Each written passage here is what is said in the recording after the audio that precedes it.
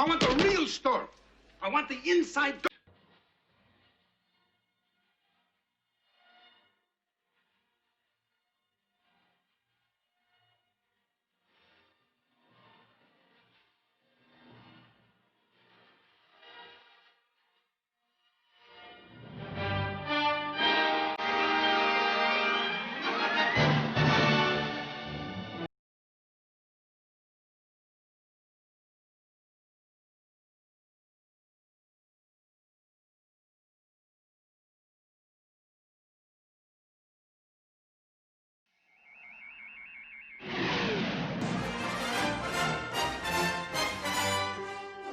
As a child, I perceived that what happened in comic books was well beyond the scope of anything that you would ever see in a live-action movie. And that, of course, was part of the appeal of comic books. You see anything you could draw. And, of course, you can draw anything that you want to draw, but you can't film anything that you want. You have to film something that's happening. I think Geek Nation really sort of emerged in the 70s when it became possible to take all of those things that you had seen in comic books and slap them up there on a movie screen and watch them happen.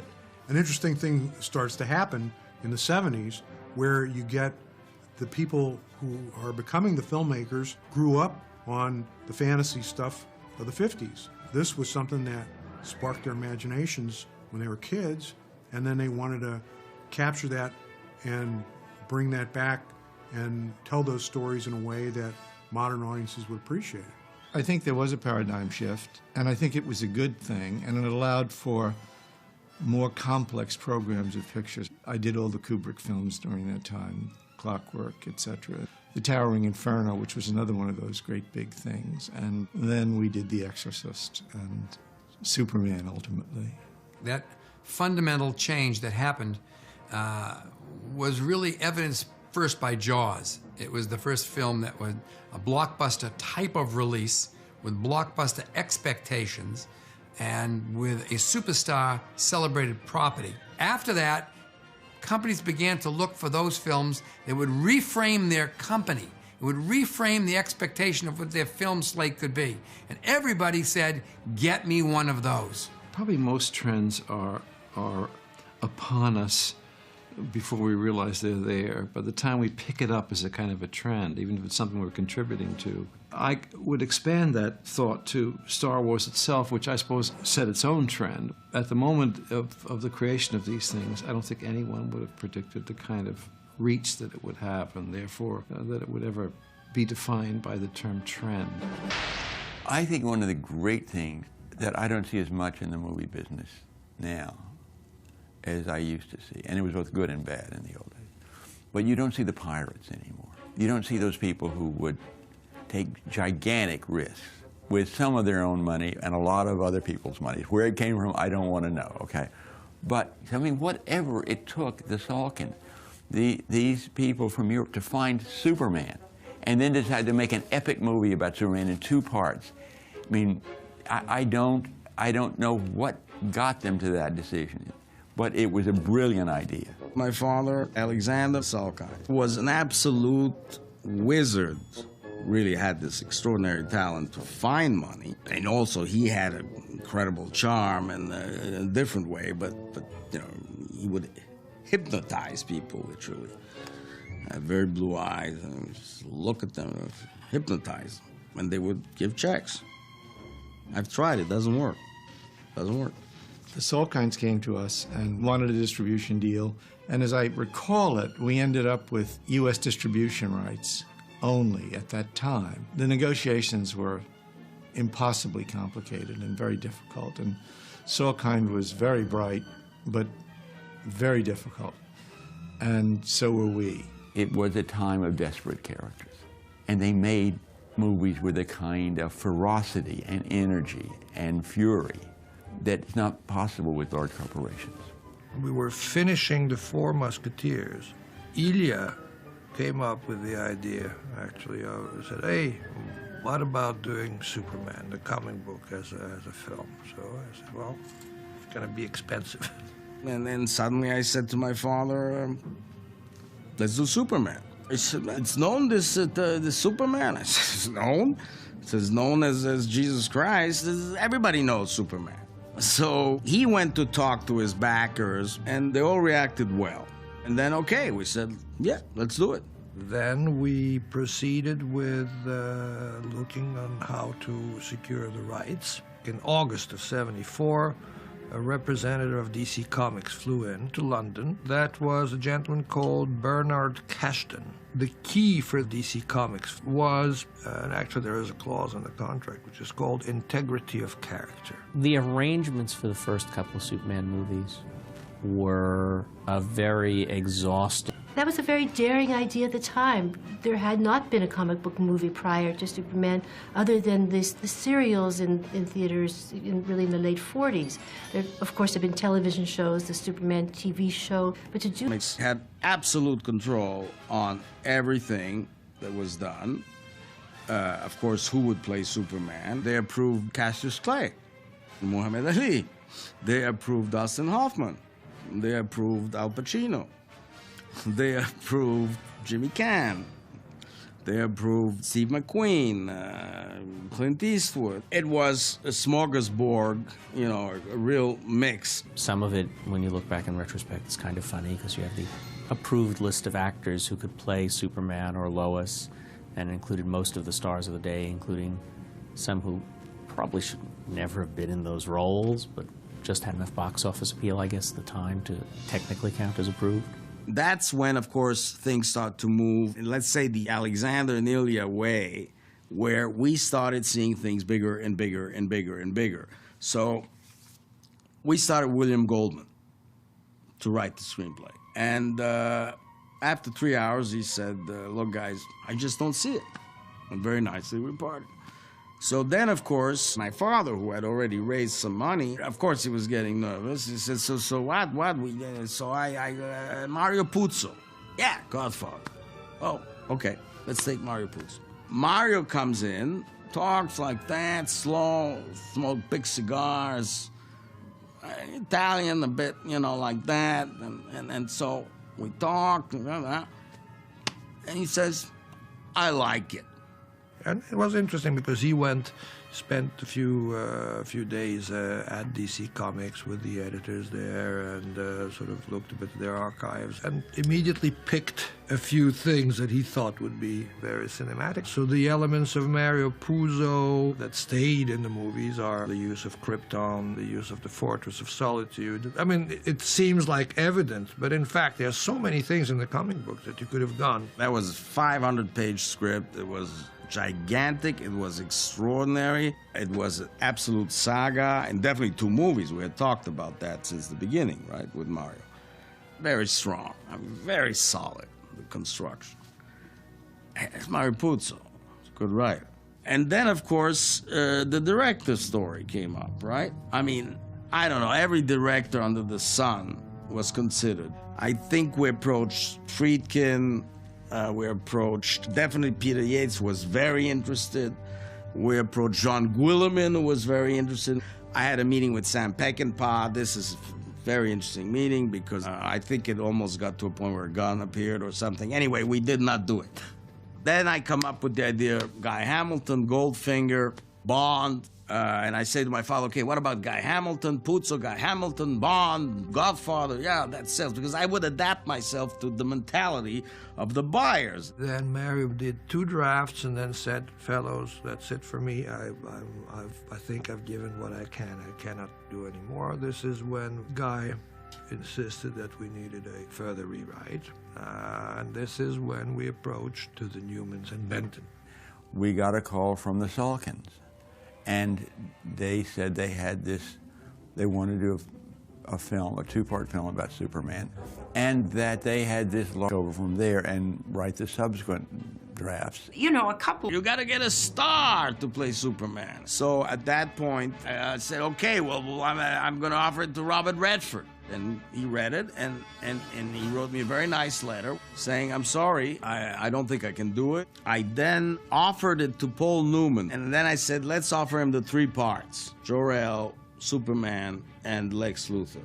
After Newman said no, then I said to my father, look, let's forget Superman. We're never going to get a Superman that really works at this point. I said, well, let's get a huge star for Jor-El and a huge star for Lex Luthor. We had tried to get Dustin Hoffman to play Lex Luthor. He was interested, but I can't remember. Didn't work out. And then this agent, Kurt Frings, calls me, and he says, Ilya, I can get you Marlon Brando, I can get you Marlon Brando. Make me an offer now, make me an offer. This is Marlon Brando after Godfather, Last Tango in Paris. So it is Marlon Brando at, I think, the culmination of his career, really. And my father, that's why, obviously, we made that movie, said, do it. But Marlon was the crystal that made this, the crystal, like in the film, that made this happen, okay? Because the moment Marlon Brando said yes, Gene Hackman wants to be in the picture, Warner Brothers very quickly said, we want the picture for you, United States, pickup guarantee, and that was, the picture was on, the picture was going. When you attached Marlon Brando to play in a comic book, or Gene Hackman, a fine actor, to be in the movie, or Mario Puzo, who had written The Godfather, you do two things. You give it momentum. You give it that magic ingredient that everybody pays attention to it. The idea of taking an icon like that, a 50-plus-year-old property that fathers and grandfathers and sons and daughters all knew about, and saying you're going to make it real was really an incredible creative conceit. It set a view of the film from the very beginning that made it unique. It created audience curiosity, to be interested in the film. And that's what makes something really get going.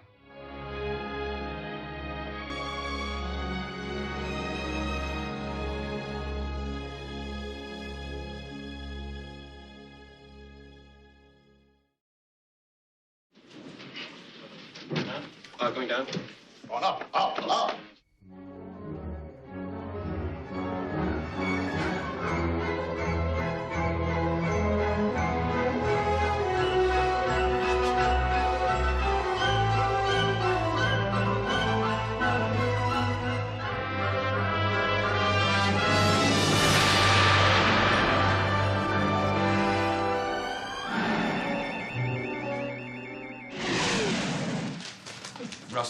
Russell.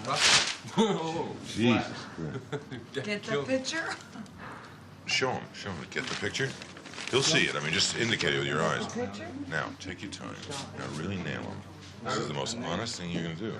So far, the money was raised by my father in an extraordinary way, and we had already spent millions between Puzo, the writers, between Hamilton, between the living expenses, the Cannes Film Festivals. I mean, all that, added up. When Marlon Brando accepted, then we started the whole Italian adventure with Guy Hamilton, because we were building sets and stuff in Cinecittà, which is the biggest studio there that actually was built, I think, by Dino De Laurentiis. We decided to make the film in Rome. There were a couple of reasons for that. First of all, Cinecittà is a big studio. It can accommodate that kind of big film. Secondly, Guy Hamilton had just entered a status in England where he was becoming non-resident, and therefore he was not allowed to spend more than 60 days in the UK. Then, when we're moving there, suddenly, bingo, lawsuit from the government against Marlon and Bertolucci because of the Last Tango in Paris, which they considered indecent. Marlon, of course, said, I'm not going to Rome. Are you crazy? And then, I don't know how it came up. People started saying, England, the pound is very low, the dollar is very strong, and also it is a desert. Nothing is going on. And then, of course, Guy Hamilton said, oh, but I have a tax problem because they're 99% bracket taxes. And, of course, Marlon or Guy. And so, of course, logically, we went with Marlon. Very sad. We parted. And then, of course, we had to find a new director. And the other candidate was mentioned by my first ex-wife, Sky Aubrey. She said to me, look, I know this guy, and he's terrific, Dick Donner, he's a funny guy, and he looks like Clark Kent. And I said, yeah, well, what has he done? He said, well, The Omen. I was on the John, the phone rings, and this funny little voice says, This is Alexander Salkind. You know who I am? I said, no. He said, what do you mean you don't know who I am? I said, no, I don't know who you are. What are you selling? He said, I'm not selling anything. I'm a very famous producer. I said, good, congratulations. This is Sunday. What do you want? He said, we're making the movie Superman, and I want to know if you want to direct it. He said, I'll give you $1 million. I said, well, give me some information. So there was this little card I had in the bathroom, and I wrote on the back of it, Marlon Brando, Gene Hackman, 2 movies at the same time. So they sent the script over, and the guy delivering it got a hernia. It was like that big, and had all this goofy, silly stuff, like Superman flying down and tapping Telly Savalas on the shoulder. He turns around and is telling him, he says, who do you love, baby? The camp was absolutely not intended. That was the Newmans and Benton having fun. There was a scene where Lex Luthor was eating Kleenexes all the time. That was gonna go in a minute. I called my dear friend Tom Mankiewicz, who was a friend and a wonderful writer. I said, I want to talk to you. He drove over to my house. So I drove over there, rang the doorbell, no answer, went around the side of the house, and there's Dick on the lawn, dressed in the Superman suit. And I came running across the lawn with a cape on, and Tom said, whatever you're in, I'm on. That's it. Or whatever you're on, I'm in. And he said to me, put it on. Just put the suit on. If you put the suit on, you'll do it. You feel different with the suit on. I started laughing, and we sat down and started talking, and he sucked me in, and off we went. Honest to God, I mean, the idea of those guys making Superman the way they were going to do it, I had decided, and I talked Tom into it, that we've got to do this. This is American tradition, and we had to keep the history and the purity of the piece, what Siegel and Schuster originally started out to do. And that they treated him as a reality, and that's where my verisimilitude came in for every department in the making of the picture, that they had to find this reality, whatever it was, and they had to stay within it. So I took the picture really because I felt this stupid necessity to keep Superman clean. I went into a discussion with the Salkinds. It was one of the most bizarre meetings I've ever had. It was in this really beautiful apartment in Paris. Mr. Salkind, who I don't think made 5 feet, whether he was really sick or what, or he was just taking advantage of my sympathy, he was in bed for this whole conversation. And we got into these terrible arguments. If I was going to do it, I had to do it what I and Tom thought was the right way. Dick was the one who said to me, you know, if we could make the love story work. Intentionally writing the last line in that balcony scene, Superman looks down at her and he says, Peter Pan flew with children, Lois, in a fairy tale. Well, the implication being, obviously, this is real. This is not a fairy tale. I think that I shall never see a poem as lovely as a tree whose branches wide and strong. The Camptown ladies sing this song.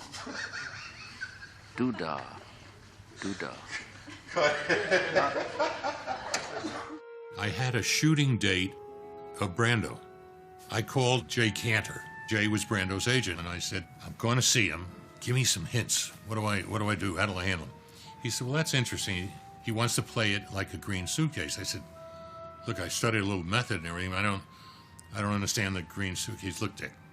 He said, if he could convince you that he's a green suitcase, you will photograph a green suitcase, he will stay home, and he'll do his voiceover. That's where he is. He's very smart. So we fly to L.A., and we go up to Brando's house, and it was Tom Mankiewicz, Ilya Salkind, and myself. And then he went on a long conversation on, you know, the Indians, and I'm building things in Tahiti, and I'm definitely going to do a certain research about the ecology. I mean, he was really acting and doing things, and of course it was fascinating, but you know, but he wasn't talking about the film. About 2 hours later, he said, look, this isn't why you're here. What can I do for you? What do you want to talk about? I said, well, I'd love to talk about the character. He said, yeah. I was prepared. He said, I thought maybe I should play it like I'm witty, green suitcase. He says, a bagel. I said, I beg your pardon? I have him ready for green suitcase, but no bagel. He said, like a bagel. I said, it's different. What do you mean? He said, well, who's to say what Krypton's like? Who's to say what, maybe the people look like bagels up there. But I'm smart enough to know what humans look like, so I make my child in the form of a human so I can send him to Earth, but I'll be a bagel. Tom's looking at me like, we're and Ilya's going, good idea. I mean, I said, this is it. I mean, I'm gone. I'm gonna go in Brazil and hide. The film will blow. This is it. This man is completely nuts. I was completely petrified. And then he says, and maybe we don't actually speak. We just make electronic sounds with subtitles. I said, you know, Marlon, there isn't a kid from 6 to my age that doesn't know what Jor-El looks like. He said, what do you mean? I said, the comic book's around since '39. He says, I talk too much, don't I? I said, well, you could go on. He said, but I talked myself into what you're here for. I said, kind of. He said, okay, show me what I look like. I showed him, and from there on in, he was a doll. With Marlon there at the beginning, it was key, because he would, have you read this? I said, yeah. I said, haven't you read it, Marlon? No, I haven't read it. I said, Marlon, why haven't you read it? Well, it might be crap, and I need the money, so I haven't read it. He came up to me the first day and he said, hey, Manc, he said, I just read the whole script for the first time. I said, really? He said, this film's a bleeping Valentine. And days he was inviting people from Newsweek, talking about the film, telling them how terrific it was going to be. He was really wonderful. The way I see it, it's a band. The person that you cast can deliver on the creative conceit that the picture promises. And they already had enough firepower with Brando and Hackman. They already had enough legitimacy with the writer and director that they didn't need to put a big star in the very lead role. What it did was free them up to be inventive in that role, and this is exactly what the picture needed. Just think back in those days, there were no true opticals, there was no pure animation, and I had to make a man fly. And if you convinced the audience a man could fly, it would be tough enough. You couldn't have a known actor because that would just jump through the canvas. It was Robert Redford or Paul Newman flying. So I really made it an issue that if we were going to do it, it had to be an unknown. When Donner and the Salkinds called me in and brought me up to date on where they had explored and that they didn't have the ideal answer yet, and that they were willing to go with an unknown, I don't know, it was like a bolt of lightning. I said to myself, Christopher Reeve. I looked at him, kind of reddish blonde hair and skinny as can be, but he had this great big sweater on. And he really convinced me of his honesty, of his love of the character and how he wanted to play it. And I said, but I got it. You're a skinny little kid. And he said, listen, before I went into acting, I was a real jock. He said, I've lost 50 pounds. He said, I can put it on. I said, hey, if I take a chance on you, you'd better be telling me the truth or I'm down to 2. He said, I swear to you. I said, well, I'll have to do a test. He said, well, I'm in a play right now down the village. He said, I play my own grandfather in it. And so we went to the theater that night, and there were maybe 20 people in the cast, and he just jumped off the stage. He came right through the proscenium. He stood out. He stood out in life, everything Chris did. It's hard to talk about Chris because he was really a very special, very special kid and one of the great tragedies. I get a call from Dick Donner, and he said, can you get down to the studios as quick as you can? And we've got Superman, you see. So I chased down to the studios, and he said, we've got this guy called Christopher Reeve. And I said, what's he like? He said, well, he's 6'5", and he weighs currently about 170 pounds. And he said, he's actually perfectly right facially. He said, we'd very much like you to build him up for us. So he said, we'd like you to look after him for the next 6 weeks and put as much weight on him as you possibly can, in the right places, of course. And that's kind of, I'm introduced to Chris. I mean, he was fantastic. He was lovely. I mean, he was a really lovely person. You know, we were like brothers. I mean, we got on so well together. And during the course of the period that I had him, I took him from 170 pounds when we started, and he was 212, actually, when he went into a suit. Chris was perfect casting for Superman because Chris was a pretty straight-arrow guy with a very strong sense of good New England morality.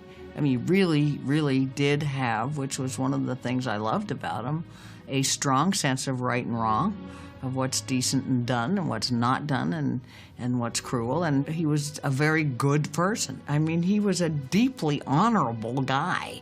The audiences would look at Christopher and think, that's a good guy, and he will do what he can to make things work, to make good things happen. So you felt that about him. He was just brilliant casting.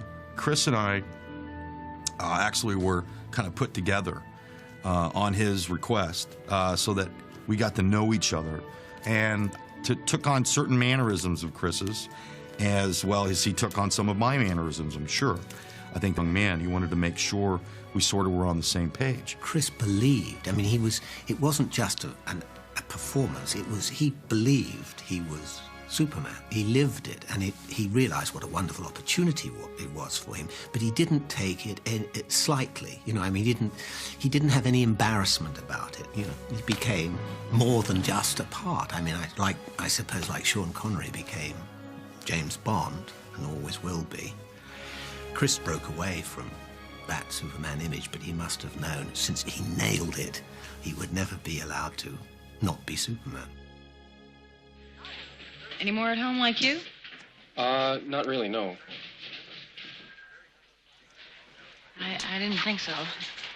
Lynn Stallmaster said there's this girl that's in a series called Nichols. He said she'd like to come in and read for this. Margot, and I'm using this expression honestly, tripped into the room. And she just walked in, hi, I'm Margot Kidder. Actually, I'm Lois Lane. And, you know, and she went to this, and I fell in love with her. It was, in a way, the easiest character I've ever done. I guess partly because Donner saw the goofy parts of me and threw those into the mix. I guess I was so bad and lazy, I just drew on myself. It was very easy and wasn't very complicated. It is so thrilling at this age to know that everyone loved Lois and thought she was great. And I go, wow, how did I do that? That's kind of amazing. But I certainly, none of us worked alone. What that was true collaboration and truly having a director who guided the ship into the harbor. You know, I hate that cliche chemistry, but between Donner, Kidder, and Reeve, there was chemistry, and no false notes as far as I'm concerned. Keenan Wynn was going to play Perry White. He'd been hired, and he arrived at Heathrow Airport 5 days before and had a heart attack and went right to the hospital. We had no Perry White, and we had to shoot in 5 days. We had no other cover set. And we just started to go through things, and Dick had a whole list of possible Perry Whites. We were calling them. If they weren't at home, we never called again. We just kept calling. Jackie Cooper answered the phone for Dick, and Dick said, Jack, how'd you like to play Perry White? We talked a little bit. He made it sound very interesting, and it was like, we need you now. He says, I wish you could get on the plane this minute. And because they were in England getting ready to film. And in less than a day, I was on my way. I didn't get a script to read until I got there because I got away so fast. And it was very exciting. Who better? Cigar chomping, bigger than life, which was the comic book, but had to be real, and he was great. He's a great actor. The vote must be unanimous, Jor-El. It has therefore now become your decision. You alone will condemn us if you wish, and you alone will be held responsible by me. Terry had this ambiance of an actor, man. Like, you know, there's nothing that this guy couldn't do. His portrayal of Zod was brilliant. I mean, he just breathed life into Zod and made him believable. We lived the relationship between Non and Zod, you know, and that was how we got this kind of very tight unit. I used to get Sarah to walk in my steps, you know what I mean? Or I'd have her walk, I'd hold her, and we'd walk in unison, you know, when we were going to the set, you know, I was into auras. I'd just come back from India, so what can I tell you? When I see the film, I never see Sarah Douglas because it's so far removed, the way I look, but also the way I move. I take on another persona, and Terry was responsible for that. He said to me right from the early days that the three of us need to move together in unison. Something needs to be a bit different about us, and there's a fluidity there. I just felt to myself, I'm the general. And those bastards have to be subservient to me. And the only way I can make them subservient to me is if they are subservient to me, you know. So I did whatever it took so that off stage they felt I was the general and they were working for me. We were inside the White House and I was called and they were ready and I could hear Jack rapping miles away on the other side of the set, and all the crew were there. And I said, "What's happening?" They said, "We're waiting for Jack." And I thought, why, they're too intimidated to scream at him, you know. And I said, "Jack! You bastard! Get over here!" Silence.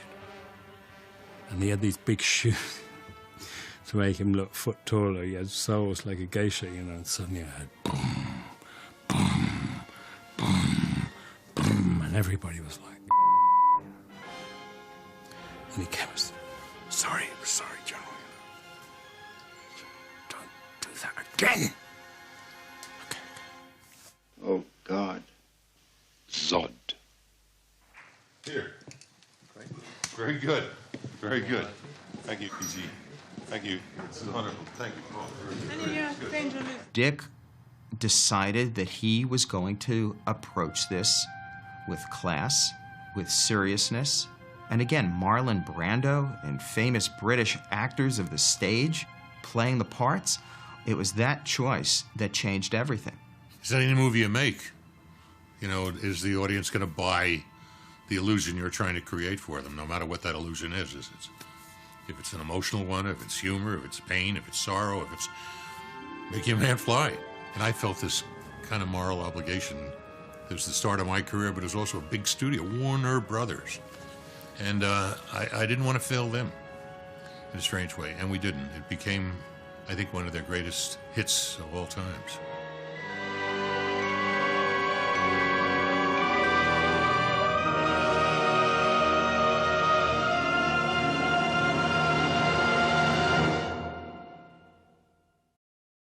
When we get home, the first thing that we're going to do is we are going to find this boy's proper family. Oh, he hasn't got any, not around here anyway. Yeah, I do. Oh.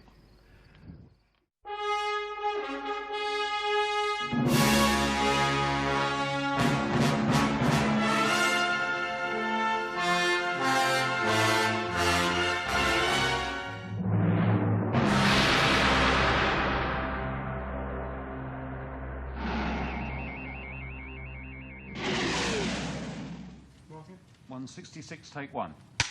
Action! Stop it! All right, Zod. It's over. Don't believe him, Your Grace.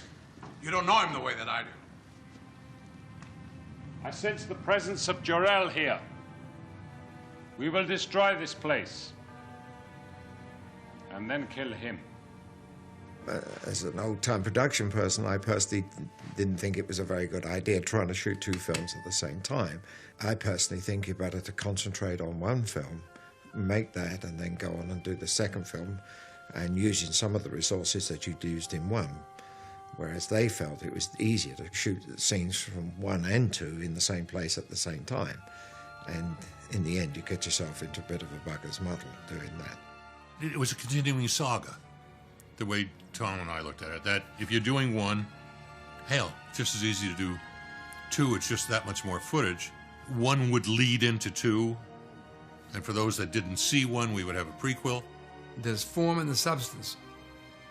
The form in making the two. So that risk was taken, but what it gave to the momentum of the project was a sense of certainty, a sense of momentum, a sense of daring do. This was unique. And so I think that challenge that they met gave it that quality. It presented production problems, but actually we were smart enough to do was every time we had a set, like Fortress of Solitude, we try to do everything in that for both pictures. So once you were done with that set and those actors, you were done. You never had to go back. So in that way, we did one and two together. The crew on Superman, the English crew, were so dedicated, so professional. Everybody in every category knew the story, knew the script. When I did The Omen, there was one of 4 great cameramen I wanted to work with. The first one was Jeff Unsworth, and he was not available. So when this one came along, I immediately called Jeff Unsworth and I said, "Would you like to do a movie about Superman?" He said, "Oh, I'd love to. Who is he?" I said, "It's the comic book artist." He said, "Oh." So he came in and met, and we told him our approach, and he came on board right away. Well, Jeff Unsworth was the light and cameraman. He's lovely, God rest him. I mean, I'd done 2 or 3 films with him before. I mean, real old school. Lovely man. Very, very crafted in his talent. No digital work, all film, all graded, at the labs on rushes and completely relied on filters and the right stop and the right stock and the traditional way as to how you'd photograph something. Jeffrey was a very daring, brave cameraman as well as a very good cameraman. And if you see the Krypton sequence, all the actors were in 3M material, reflective material, which meant you could actually burn them right off the screen. So the bravery of what he did then, because you have the Soulkinds paying an absolute fortune for Marlon to come on, and almost taking him off the screen with the daringness of photography took a lot of courage. Barry had done that. I met with him immediately, and he was a wonderful character. Walked in with a presentation that was extraordinary, a book of crystals, to see who would have been part of a life of a crystal, and therefore how would Fortress of Solitude come to be, and he was way ahead of it.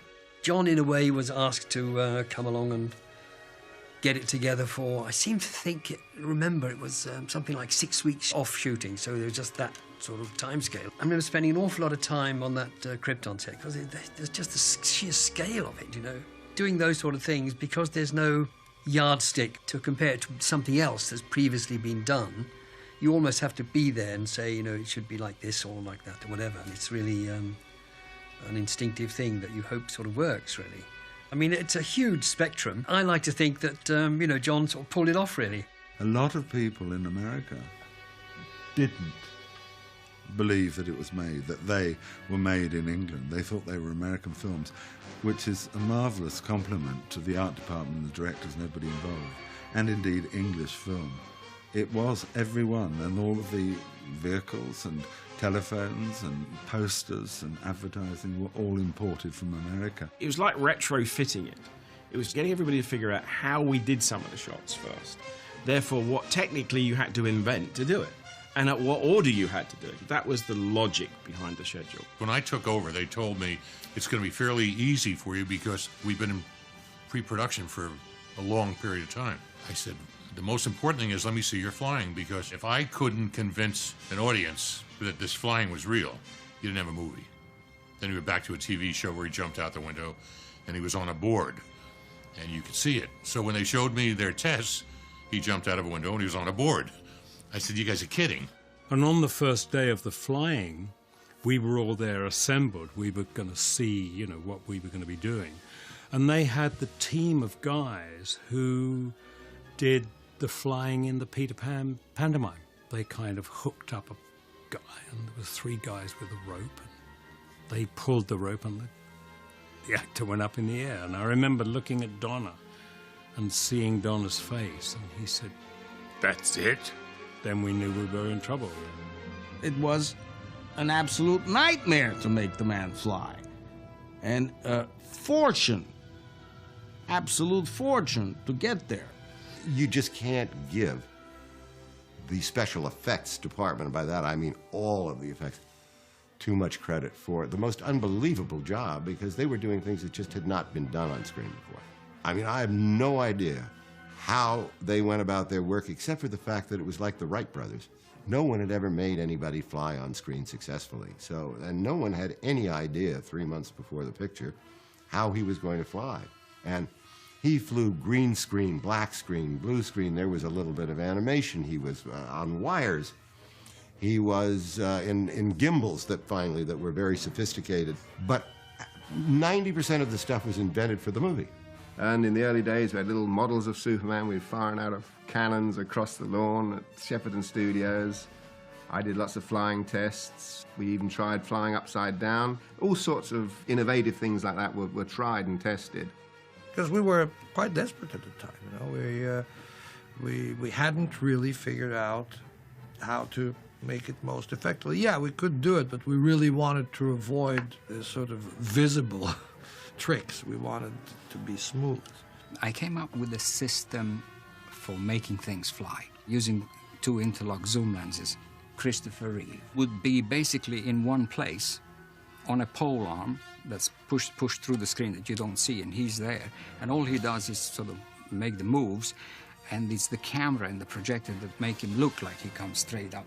Besides that, you can rotate and, you know, pan and tilt and do all that sort of stuff in addition. Chris had immense patience, because, I mean, sticking the harness on a guy and hanging you by the parts that aren't too comfortable for many hours at a time, and him holding the pose and keeping his composure, and then still having to actually act and react to something at the end of it all, you know, it's a technique. I mean, he had it down perfectly.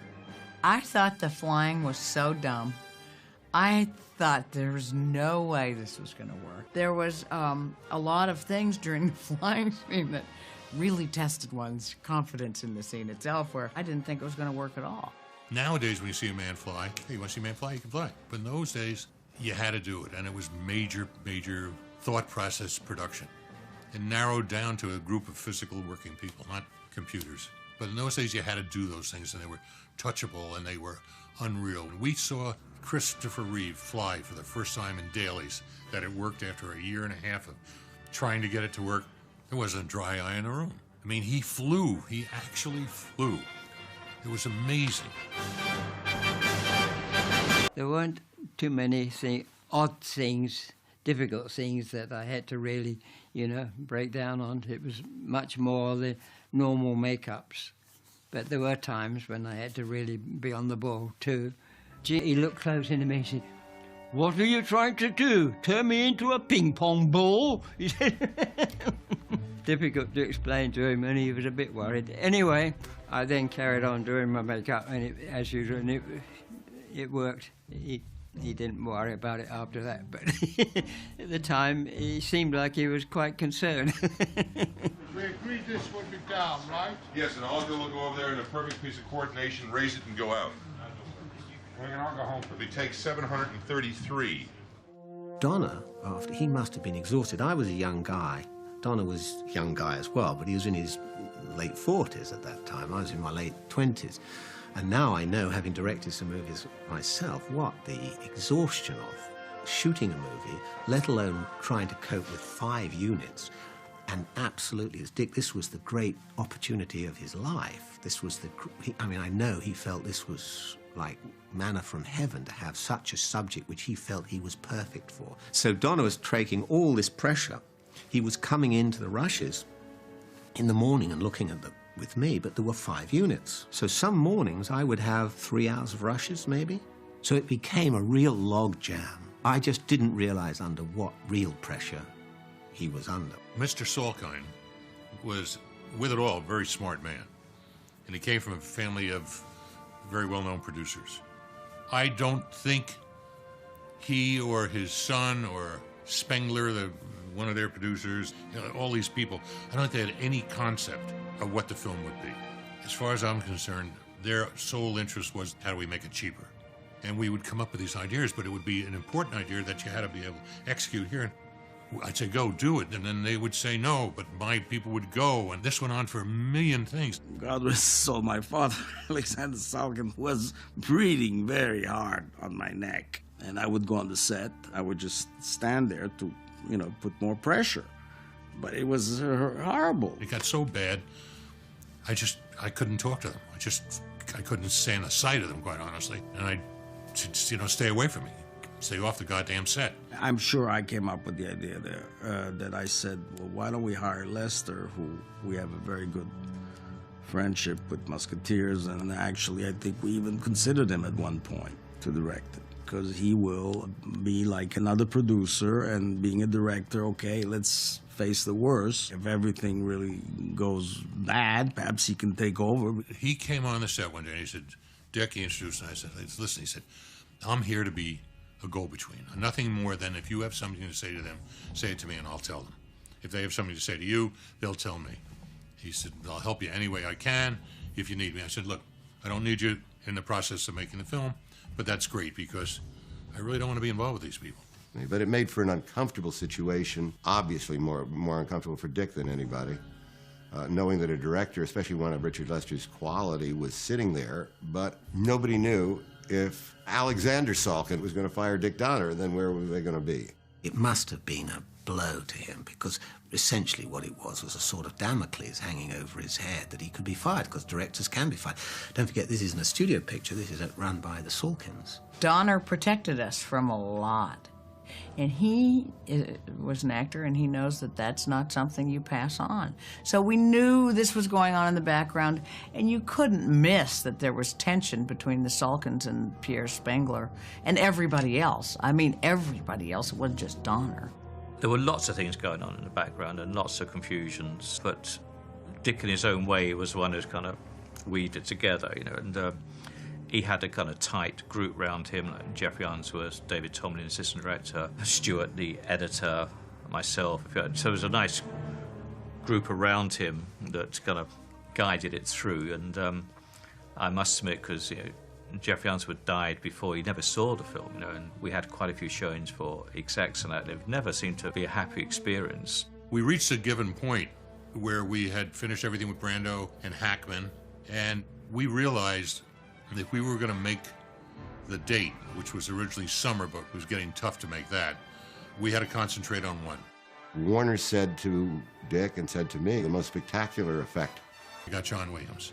One of the most exciting things about doing film music for me is the opportunity that we can have for creating an original music for a character, as in the case of Superman, that had even been with us for decades, but that isn't yet identified musically. And we have the challenge of being able to do that if we can do it. Certainly, speaking for myself, it's a difficult thing to do because the musical identification needs to be accessible and very direct. If it was something obtuse or very complicated or difficult to get one's ear and mind around it, probably wouldn't work as well.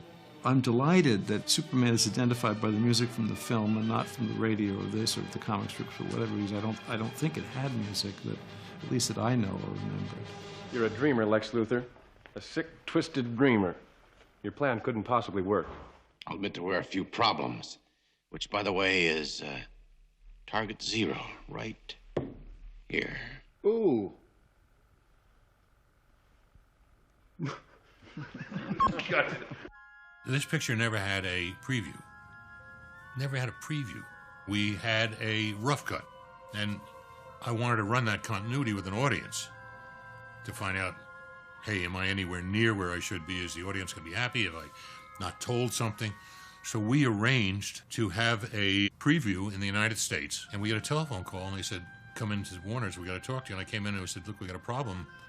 Salkinds won't release that print. They won't bring it to this country. I said, why not? According to them, they think you can print the picture off this rough cut. I said, you can't print off this. We have to have the negative. The negative is back there. They said they will not bring it over. And I was fit to be tied. It was impossible. So I never had a preview. I had to go back to England and put the picture together as is, never showing it to anybody. The first time I saw Superman, we were in Washington, D.C. I think it was President Carter who saw the first one. And Amy was there. That was pretty fun. I took my mom. The Shrivers had a party. That was pretty good. I think maybe then I started realizing how big this thing was. That's the first audience that saw the picture. It was about as scary as it gets. But I had an incredible thing happen. Siegel and Schuster were invited to the premiere. And at the end of the premiere, they both came over and just thanked me profusely and was crying, and I got caught up in it. And then they all said, would you please come to this room? And I walked in the room, there's all the Warner Brothers executives, and there was the original statue of Superman, a bronze, done in 1936 or 39, and they were giving it to me. It was the most moving moment I think I've ever had in the business and will ever have, except when my wife said she'd marry me. I was not in any way prepared for being in a global hit. It's a real shock to go from being anonymous to suddenly being recognized everywhere you go is really a rude awakening. Chris handled it very well. I didn't handle it well at all. It really messed with my head, and I wasn't prepared at all. The day the movie premiered, I got a phone call for the idea of art. That's the idea of making the film. Then go for it. Dick Donner was a filmmaker. He knew it from films like The Omen and other films he had done. He knew that the heart of storytelling was to invest yourselves in the character and the narrative. And he never took his eye off of that. He never let the frosting of the sets and the design, even the special effects, overwhelm the story. And that's what he kept center stage. And that's why it was successful. If it was the other way around, it might have been a good trailer, but it wouldn't have been a good movie. I was very, very, very proud of the picture, and not in its size and the fact that it was the #1 for Warner's or any of that. So they just sucked in their breath. And it was very fulfilling.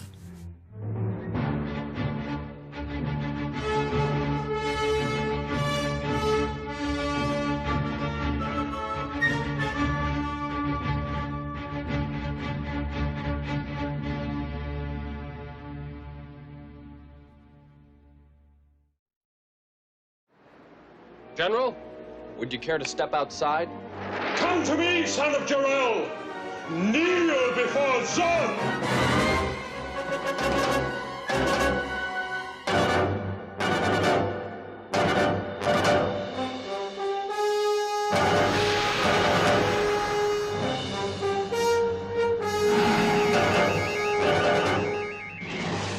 Who's he gonna fight? Bring the villains back. You know, the guys who were left by his father in the Phantom Zone. Somehow you crack the zone and they come. Yeah, but you still have him having the same powers. So yeah, but there's 3 against 1. Yeah. They have the same powers exactly on Earth because of the molecular structure. They have exactly the same powers. That's true. I mean, that's exciting. So then it's a real challenge. I was here in Los Angeles. I went to a Christmas party, and so Army Archer, the Variety columnist, was there.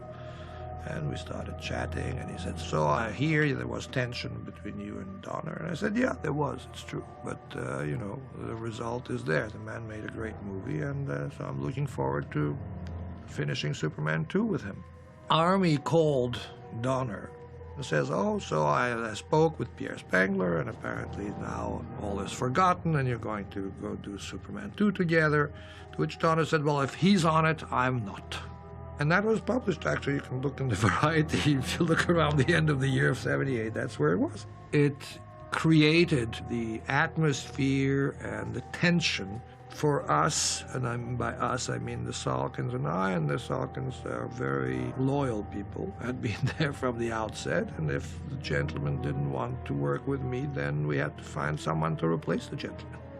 I said, we gotta take another director. And it was an incredibly difficult, crazy decision. 1 came out, and I had my obligation to go back and finish 2. I mean, I was ready to go, and I get a telegram one day. It says, your services will no longer be needed. Richard Lester was taking over the film. I never, to this day, ever heard from Richard Lester. I was so pissed off, you can't believe it, because I was ready to go back, obviously not asking for any more money. I'd been paid. And I wanted to go back, and Tom and I wanted to go back. And Tom and I had in our minds the completion of 2. We had a great idea for if 2 went well, we could do 3, and if we did anything, we could do 4. But as I say, they chose to send me this telegram. I was ready to get on an airplane and kill because they were taking my baby away from me. But it's showbiz, and I managed to get through it. Obviously, 2 had to be finished, and Terry Semel came to me and said, Lester would like me to finish 2, could I go over and work with him? And I said, I can't do that. I said, Dick Donner is my friend. Dick Donner brought me on this project. They fired Dick, and I can't do it. So they fired Donner, which was just such a horrifying thing to do that even now, 30 years later, I find it shocking. It was a horrifying thing to do. And you can't put Richard Lester's name on as director because the director has to have directed more than half of the movie, and you can't just reshoot your old scenes. You have to have different scenes. So they hastily rewrote a lot of scenes with Chris and I and threw out this Superman 2 that we'd worked with such love. You know, I was really eager to get back and do 2 and finish it. I was real disappointed that Donner wasn't there.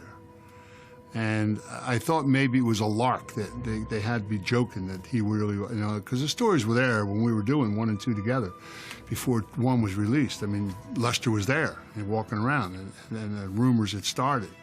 You know, I even made a statement one time to Salt Guys, well, if Donner doesn't come back, I'm not coming back. How can you take away the father of a family, you know? You know, with Dick Donner, you find things. You know, there's a family to it. Richard Lester came in. There was nothing close to a family atmosphere. There was nothing close to finding out what works and what doesn't work. You'd come in, he told you to stand on that mark over there and say blue, and then go walk over there and say red. Right, line it up for David. Needs to be, I think that was too fast. I don't know. I had the awful feeling that it was a little quick for the size. It belied the size of the bust. The result is that we didn't use what didn't fit.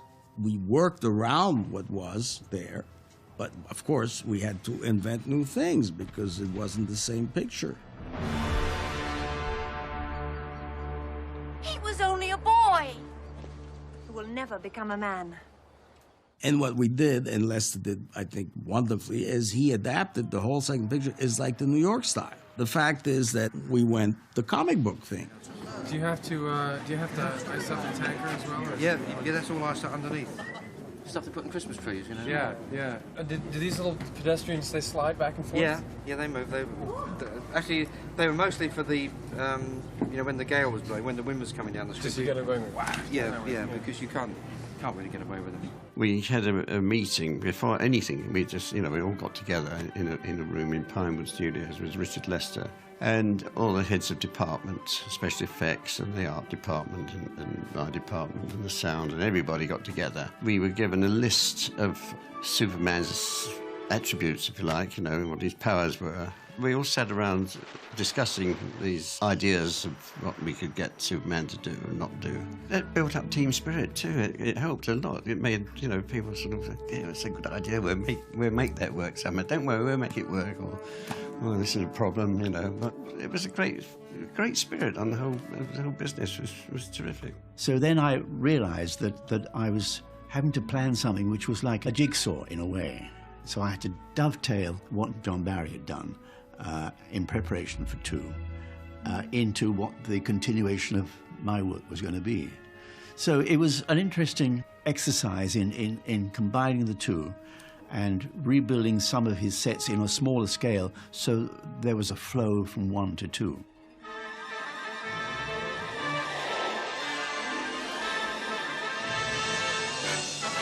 I did the first Superman film, which Richard Donner directed, and then there were 2 or 3 subsequent films that I did not write the particular score for, and was to take the whole of John Williams' score and... Were you? Sure. One of my favorite directors. Thank you very, very much. Thanks a lot. The movie was a huge success, and the difference was that the first one came out at Christmas and had literally no competition. The second one had a tremendous amount of competition because there's a little film called Raiders of the Lost Ark. Of course, it was such a gigantic success that I would say comparatively, Raiders would not have been there. Superman 2 would have been as much or more than 1. I was the only one that went out for 9 months, 1.5 times around the world selling the film, because I was the only one that wasn't going to go on about problems on the set because I wasn't really aware of them. And I know that everybody else was. And they really all got together, and not because they were American. I think because they were on location, they were away, as we all find as actors, that you become this very tight-knit family. I did not become that tight. I wasn't part of that. I wasn't privy to it because I went home at the end of the day. So we as actors felt that on some level we'd been hung out to dry. At least I did. Christopher didn't as much. At that point, he was very aware of the politics of movie making and who you were nice to, something I never grasped. So I never had a strong sense of how to play the politics of this. I came out in the papers and said, I think they're beneath contempt as human beings.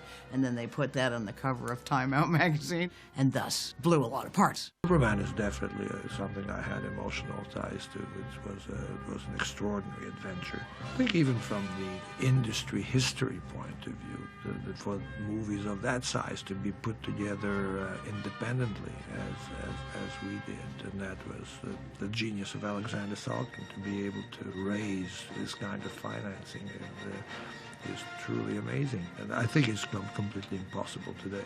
This is one thing that I must say I'm pretty proud. That has been admitted even by people who do not like the so-called Salkinds. They all admitted that when we make a movie, we put everything we can. All of a sudden, we recognized the movie business could be reached as a mass medium. Superman fell into that category. You realize all of a sudden the business was the business of events. I think there was an equal amount of awe and anxiety, because this was a new paradigm. To spend that kind of money with those kind of independent resources against that kind of a target, pretty daring at that time.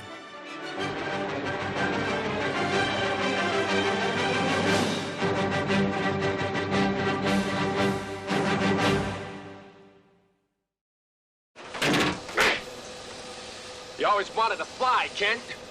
Now's your chance.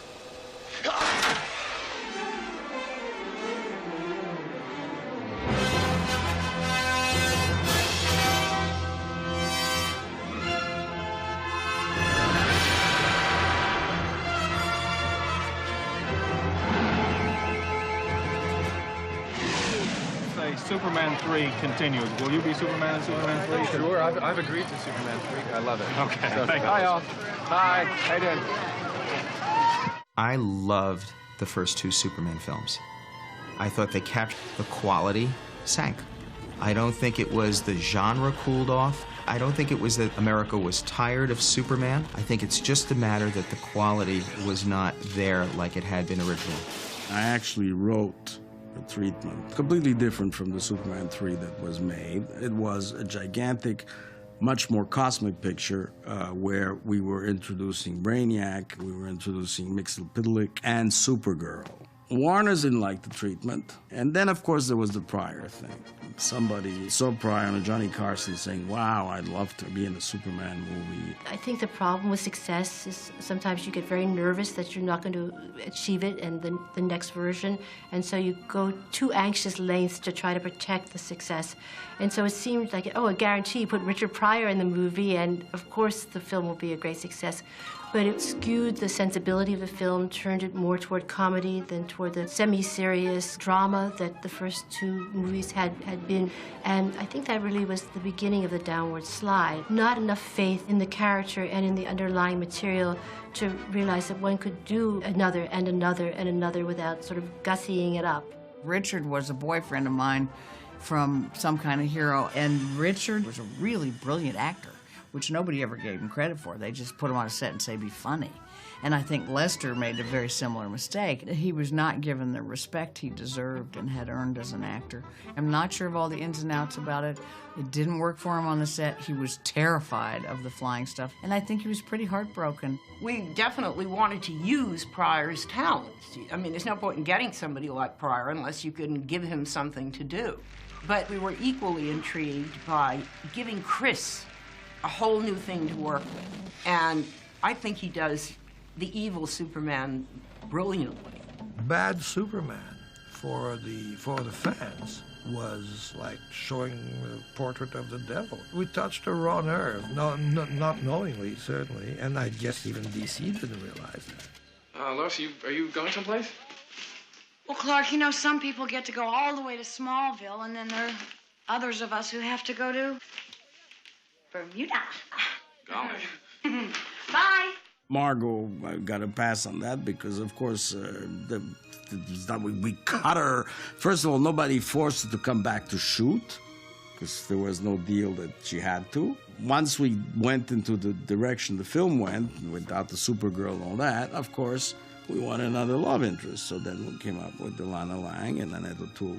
You're supposed to say that. You're supposed to say we're exploring another character or whatever. They hurt my beloved Donner, and I made no bones about how I felt about it, and the repercussions were followed like the night to day. So I come in at the beginning and I say I'm going on vacation, high and net O'Toole, and I go off and I come back at the end, I guess, with a tan. Oh, I'm sorry. I hate to make you rush off. Well, there's no rush. But the bridge... Oh, it's okay. I always get there on time.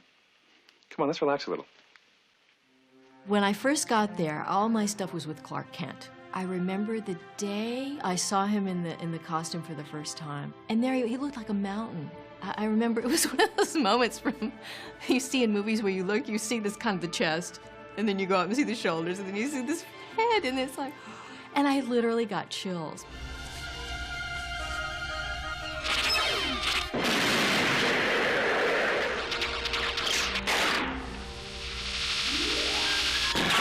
We tried to be clever, and all of that was just not completely the film I think that audiences were expecting. First of all, the third film was an enormous success because everybody says it was a flop. I'm sorry. I don't think Canon would have bought an option from us if it was a flop to do a Superman 4. Having made Superman 3, we felt that we didn't have the energy or the desire to make yet another Superman film. That was really both Ilya's and my feeling. His father then said, okay, well, if you guys don't make it, someone's gonna make it, and we're just not gonna let the property sleep. Then my father wanted to do a 4. And then I said, no, let's do Supergirl. At least it's a different film. What I liked about it was that it was different, that it was, first it was about a girl heroine, which was already very unusual. And then I told them, I said, look, we can't do strength, but maybe we can do grace. We can do something which is more lyrical, especially in the flying, and that's, I think, the idea of when she discovers her powers and this kind of ballet came. And I said, I think if we go more in that direction, I think it will be interesting and we'll have something valid. If we just try to do Superman with a skirt, I think we're going to be in trouble.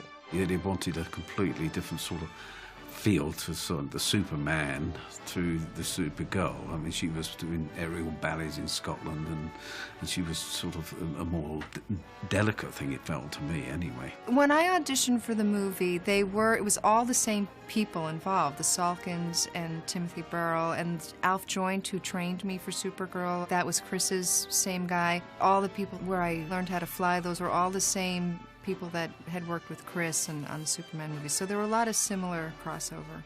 Part of the concept was that Superman is her cousin.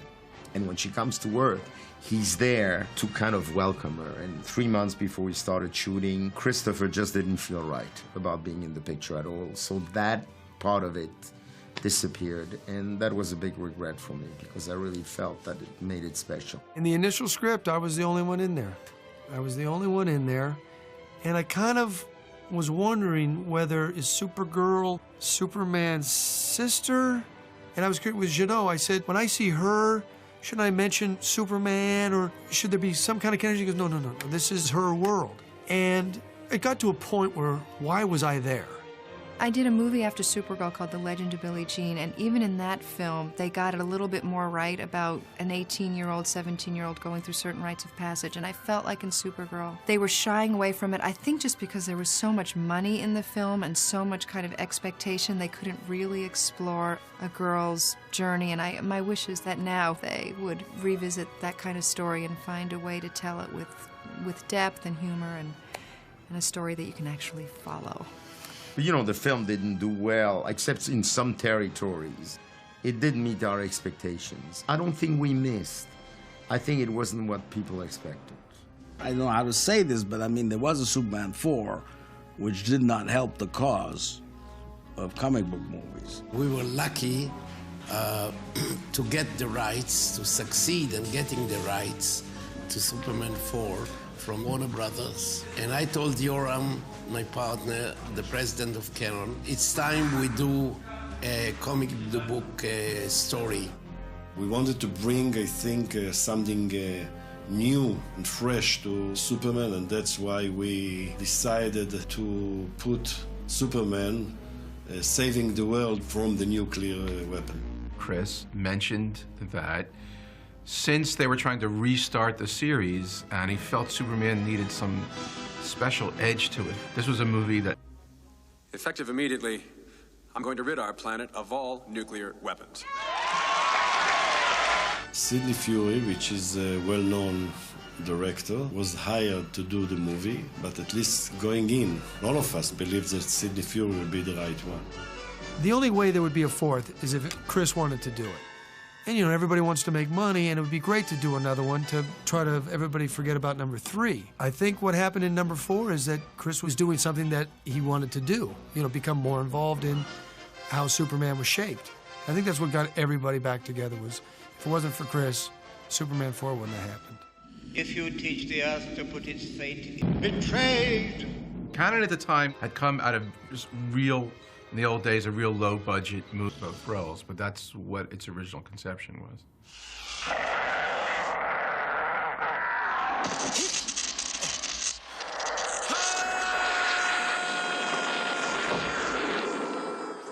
The picture was opened in the United States first. Unfortunately, it was not successful. Bad reviews. I think that after Superman 4, which was not the success that all of us were expecting it, we all decided that Superman needs a rest. I think Chris felt very proud of the possibility that this would return to the first, like the same quality of the first 2 Superman, the Dick Donner Superman, and to have continued it. Now they had 3 and 4 that didn't click.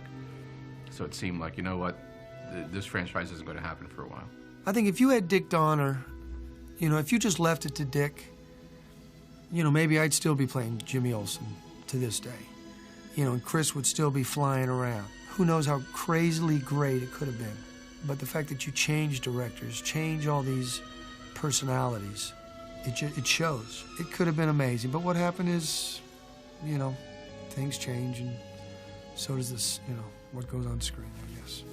It was never the same after that first year and a half. It just nobody ever was able to come in and... Since 1939, Superman has been continuously appearing in some form or another in all different mediums.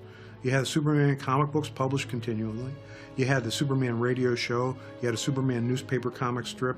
You had the Superman TV series with George Reeves. So Superman was never out of public consciousness. I think we need Superman. I just think we have to have him. When you're talking about Superman, it's a whole different kind of a deal, It makes you want to be a kid again, It's kind of like an ageless steel, you know what I mean? And when you stop and think that we did that picture almost 30 years ago, that's a hell of a longevity. We had a certain reputation when I was with my father. I think the reputation is very different now. And, the timing, the passion for the project, and being honest with the project, all that was very important. If you don't have the passion and you're not doing it by pure love, I think it's very hard to make a good movie. It was a time in our history when it was important, because that was right after Watergate, right after the Vietnam War, and I think that's why it worked.